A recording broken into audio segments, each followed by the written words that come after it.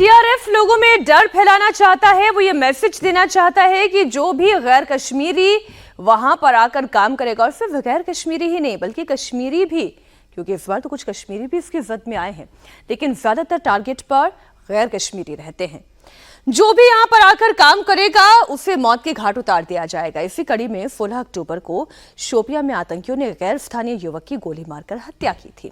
इससे पहले 8 अप्रैल को शोपियां में ही गैर कश्मीरी ड्राइवर परमजीत सिंह की हत्या हुई। 17 अप्रैल को अनंतनाग में बिहार के मजदूर शंकर शाह का आतंकियों ने मर्डर कर दिया था। 7 फरवरी को हबा कदल में अमृतसर के रहने वाले अमृतपाल और रोहित मसीह का मर्डर किया गया। आतंकियों के निशाने पर ज्यादातर गैर मुस्लिम रहते हैं, जिसमें खास तौर से कश्मीरी पंडित होते हैं। इसके अलावा दूसरे राज्यों से कश्मीर में आकर बसने वाले, यहां पर काम करने वाले लोग, बीजेपी कार्यकर्ता और स्थानीय निकाय में चुने गए लोग, सेना और पुलिस के जवानों के अलावा उनके परिवार के सदस्य भी इन आतंकियों के टारगेट पर हैं। कल के हमले में टीआरएफ के आतंकियों ने जम्मू के रहने वाले शशि अब्रोल की जान ले ली। शशि अब्रोल इस कंपनी में डिप्टी मैनेजर के पद पर काम कर रहे थे। कल शाम जब उनके घर वालों को उनकी मौत की खबर दी गई तो उनके पैरों तले जमीन खिसक गई। शशि को 2 बच्चियां हैं। बच्चियों का और उनकी मां का रो रो कर बुरा हाल हो गया है। पूरा परिवार इस वक्त सदमे में है। दिल्ली से फोन किया था उसने, लड़के ने, ऐसा हो गया, डेथ हो गई है। इधर से कोई पता नहीं चला, इधर फोन ही करते रहे हम। मेरी नहीं हुई, वाइफ की बात हुई थी, उनकी वाइफ से बात हुई थी 6 बजे। हाँ, उनका कोई भी कमाने वाला नहीं है, तो सरकार उनके बारे में सोचे कुछ। हम यही चाहते हैं जी। अब एक गवर्नमेंट के बाद फिर से चालू हो गया, लगातार 2 दिन में 2 बार हो गया। हम सरकार से इंसाफ चाहते हैं कि उसके छोटे छोटे बच्चे हैं, उनके बच्चों का क्या होगा। पहले तो नहीं था, लेकिन ये रिसेंटली 3 अटैक हो गए हैं, तो ये तो चिंता का विषय ही है। कौन जाएगा काम करने के लिए? हम अपने बच्चे भेजेंगे? कभी भी नहीं भेजेंगे। वहाँ करवा चौथ के दिन हमें ये मैसेज मिल रहा है, ये कोई शांति नहीं है। हम बहुत परेशान हैं और हमारे घर में कोई भी इनकम सोर्स नहीं है इन बच्चों के लिए। आतंकवादी सिर्फ कश्मीरी पंडितों और प्रवासी मजदूरों को ही निशाना नहीं बना रहे हैं, बल्कि उनके निशाने पर हर वो शख्स है जो कश्मीर के मुस्तकबिल की, वहां के विकास की बात करता है, जो विकसित भारत के साथ कदम से कदम मिलाकर चलना चाहता है। ऐसे ही एक बडगाम के डॉक्टर शहरवास भी थे।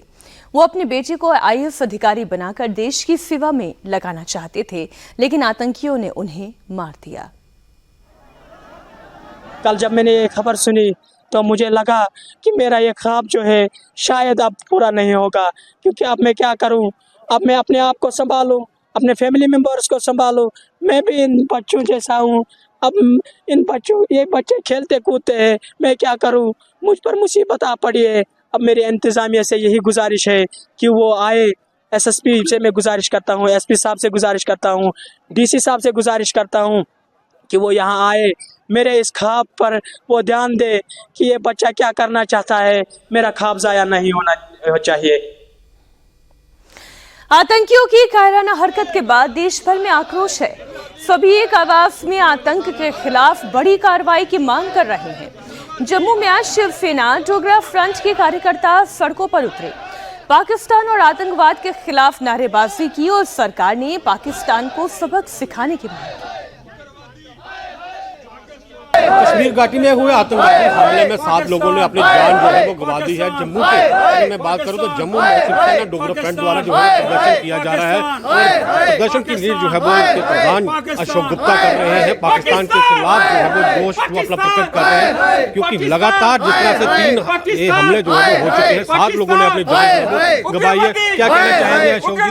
7 लोगों ने अपनी जान जो है गंवाई है इस आतंकवादी हमले में, शहीद हुए हैं। और शहीद किसके लिए हुए? ये सुरंग ना बने। सुरंग का फ़ायदा किसको है? कश्मीर वालों को। मतलब पाकिस्तान नहीं चाहता सुरंग बने, कश्मीरियों को फ़ायदा हो। एक लोकल डॉक्टर गया, 6 लोग और गए, 5 दिन के अंदर 7 लोग शहीद हो गए। और हम कह रहे हैं जी बिल्कुल ठीक प्रबंध, पुख्ता प्रबंध है। कौन लोग उनको रास्ता दिखा रहे हैं, कौन लोग मंजिल मकसूद तक पहुँचा रहे हैं, कौन लोग वेपन मुहैया करा रहे हैं। लेकिन भारतीय जनता पार्टी से भी कहना चाहता हूँ, पाकिस्तान के विषय पर नो राजनीति। सिर्फ एक गोल पाकिस्तान नक्शे नबूद।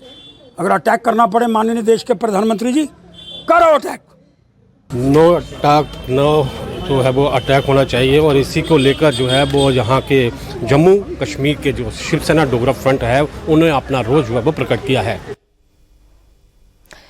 गांदरबल आतंकी हमले को लेकर देश भर में गुस्सा है तो एनआईए और भारतीय सेना 7 लोगों की हत्या करने वाले आतंकियों को पकड़ने के लिए कमर कस चुके हैं। एक एक चीज की जांच की जा रही है। इलेक्ट्रॉनिक सर्विलांस के साथ ही आतंकियों का बैकलॉग डेटा खंगाला जा रहा है। स्थानीय लोगों और ओवरग्राउंड वर्कर्स से पूछताछ की जा रही है। इलाके में गुमशुदा लोगों की तलाश की जा रही है। पिछले दिनों गिरफ्तार आतंकियों से भी पूछताछ की गई है। सरकार ये कह रही है कि किसी को भी बख्शा नहीं जाएगा। वहीं नेशनल कॉन्फ्रेंस के नेता फारूक अब्दुल्ला ने पाकिस्तान को निशाने पर लिया है। देखिए, ये बहुत ही दर्दनाक वाक़ा है। कई गरीब मजदूर जो अपनी कमाई के लिए यहाँ आते हैं और फिर ख़ानदान के लिए भी कुछ पैसा भेजते हैं, उन बेचारों को इन दरिंदों ने कल शहीद कर दिया। अब बताइए मुझे, इन दरिंदों को मिलेगा क्या? क्या वो समझते हैं इससे यहाँ पाकिस्तान बनेगा? आज कई सालों से हम ये देख रहे हैं। मैं पाकिस्तान के हुक्मरानों से ये कहना चाहता हूँ, अगर वो सचमुच हिंदुस्तान से दोस्ती चाहते हैं तो फिर ये बंद कीजिए। कश्मीर पाकिस्तान नहीं बनेगा, नहीं बनेगा, नहीं बनेगा।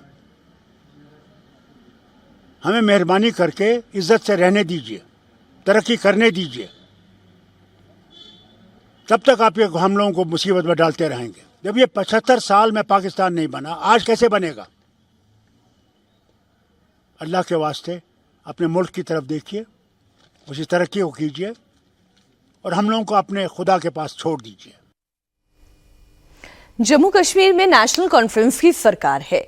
उमर के पास कमान है, कांग्रेस का सपोर्ट भी है और इसलिए एनडीए के लीडर्स आतंकी हमले के बाद उमर से सवाल पूछ रहे हैं।